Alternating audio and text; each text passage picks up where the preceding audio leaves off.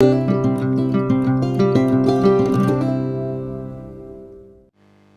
today we are discussing about depression. Depression is a common mental disorder. Globally, more than 264 million people of all ages suffer from depression. Depression is a leading cause of disability worldwide and is a major contributor to the all-over global burden of disease. Let's see the definition of depression. Depression is a common and serious medical illness that negatively affects how you feel, the way you think, and how you act. Fortunately, it is also treatable. Depression causes feelings of sadness and loss of interest in activities you once enjoyed. The classification of depression according to ICD-10 we will see. It is divided into different classifications like first one, depressive episode, second, mild depressive episode, then moderate depressive episode, severe depressive episode without psychotic symptoms, severe depressive episode with psychotic symptoms, other depressive episodes like atypical depressive episode, then depressive episode unspecified, and the last is recurrent depressive disorder. Next, classification based on severity. We will see here it is divided into three types: mild, moderate, and severe. Then, classification based on etiological factor. It is divided into two types: endogenous and exogenous. Then, classification based on the symptoms. We can see atypical depression, melancholic depression, catatonic depression, postpartum depression, seasonal affective disorder, recurrent brief depression, or dysthymia. So these are the classifications according to the severity, etiological factor, and the symptoms. Now we will see the etiology of the depression, how it happens. So these are the main reasons. First is biological theories, due to neurochemical, due to genetic theories, endocrine theories, circadian rhythm theories, changes in brain anatomy, psychosocial theory, psychoanalytic theory, behavior theory, cognitive theory, sociological theory, transactional model of stress or adaptation. These are the factors responsible for depression. Let's see one by one. First is biological theories. It says alterations in neurochemical, genetic, endocrine, and circadian rhythm functions. Due to this, depression can occur. Next is neurotransmitters. People feel depression when norepinephrine and serotonin levels decreases in our body, and also it can be seen dysregulation of acetylcholine and GABA in our body.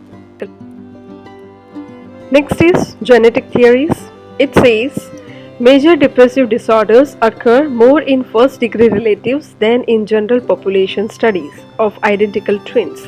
Sure, when one twin is diagnosed with major depression. Next is endocrine theories. Hypothalamic pituitary adrenal axis, a system that mediates the stress response. Due to its malfunctions, depression can occur. Abnormality of cortisol, thyroid, and hormone. Next is circadian rhythm theories. It is responsible for the daily regulation of weak sleep cycles, arousal and activity patterns, and hormonal situations. Individuals experiencing these changes are at increased risk for developing depressive symptoms. These changes might be caused by medications, nutritional deficiencies, physical or psychological illnesses, or hormonal fluctuations. Next is changes in brain anatomy. It says loss of neurons in the frontal lobes, cerebellum, and basal ganglia has been identified in depression. Next, psychosocial theories. It says Psychoanalytical theory, according to Freud, depression results due to loss of loved objects and fixation in the oral sadistic phase of development. In this model, mania is viewed as a denial of depression.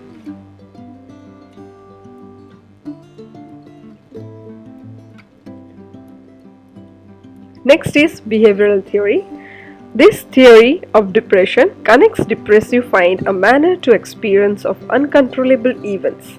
According to this model, depression is conditioned by repeated losses in the past. Next, cognitive theory.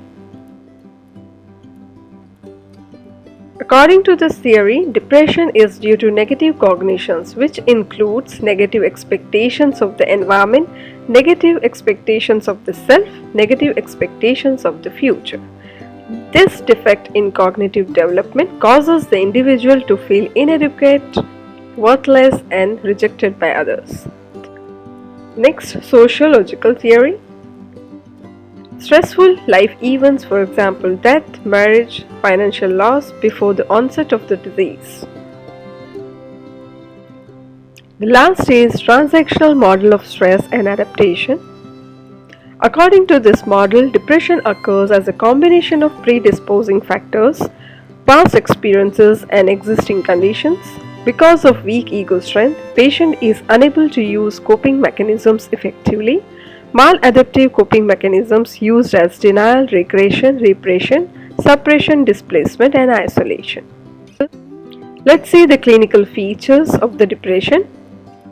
5 or more of the following symptoms have been present during the same 2 weeks period and represent a change from previous functioning. At least one of the symptoms is either depressed mood or anhedonia, loss of interest or pleasure.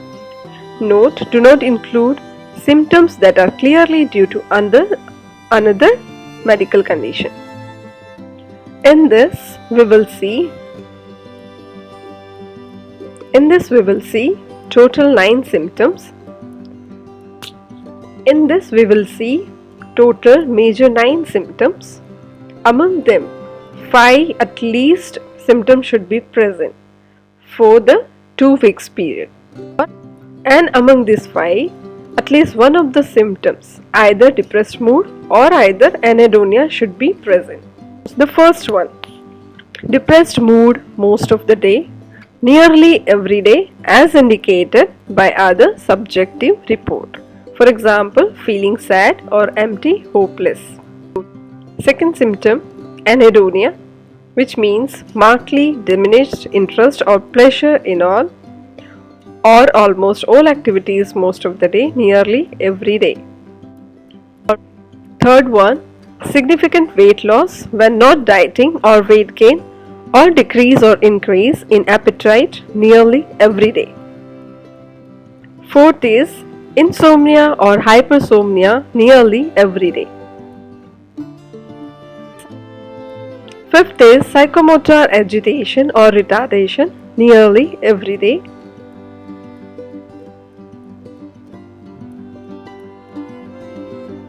Sixth symptom is fatigue or loss of energy nearly every day. Seventh is feeling so worthlessness or excessive or inappropriate guilt nearly every day. Eighth symptom is diminished ability to think or concentrate or indecisiveness nearly every day.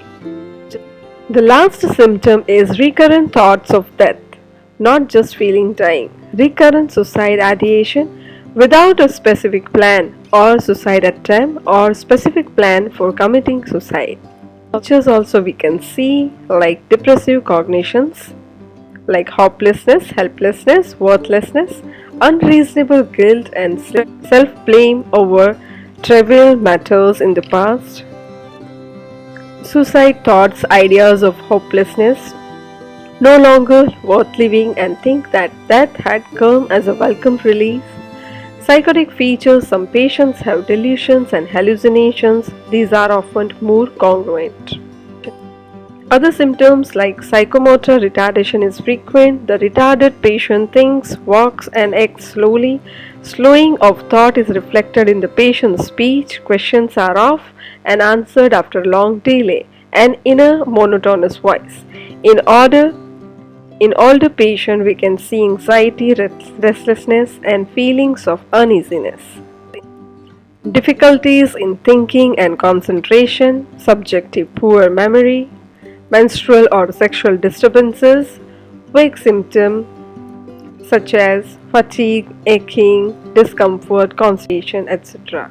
For the diagnostic evaluations, how we can assess the depression level. First is history taking process and mental status examination. Then psychological tests like Beck, depression inventory, Hamilton rating scales. Third is dexamethasone suppression test showing failure to suppress cortisol secretions in the depressed patients. Fourth is toxicology screening suggesting drug-induced depression. And the last is according to ICD-10 criteria we can judge the depression level. Let's see the treatment modalities which we can offer to such patients.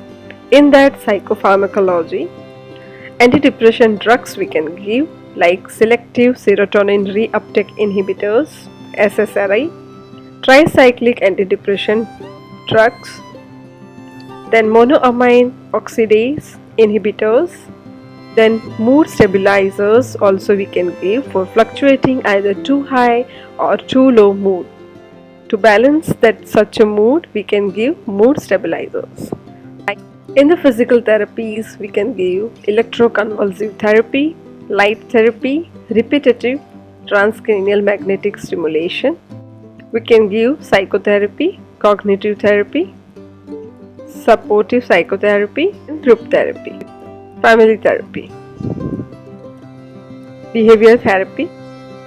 Let's see the nursing diagnosis which we can do in depressive patients. First is high risk of self-directed violence related to depressed mood, feelings of worthlessness, anger directed inward on the self. Next is dysfunctional grieving related to real or perceived loss, bereavement evidenced by denial of loss, inappropriate expression of anger, inability to carry out activities of daily living. Third is powerlessness related to dysfunctional grieving process, lifestyle of helplessness, evidenced by feelings or lack of control over life situations, over dependence on others to fulfill needs. Next is self-esteem disturbance related to learned helplessness, impaired cognition, negative view of self, evidenced by expression of worthlessness, sensitivity to criticism, Roma negative and pessimistic outlook. Next is altered communication process related to depressive cognition, evidenced by being unable to interact with others, withdrawn, expressing fear of failure or rejection. Next, altered sleep and rest related to depressed mood and depressive cognitions, evidenced by difficulty in falling asleep, early morning or weekly verbal complaints of not feeling well rested. Next, altered nutrition, less than body requirements related to depressed mood, lack of appetite or lack of interest in food, evidenced by weight loss, poor muscle tone, pale conjunctivita, poor skin trigger. Next, self-care deficit related to depressed mood, feelings of worthlessness evidenced by poor personal hygiene and grooming. So these are the nursing diagnoses we can do in depressive patients. Hope you understood well about the causes, symptoms and management of the depressive patients.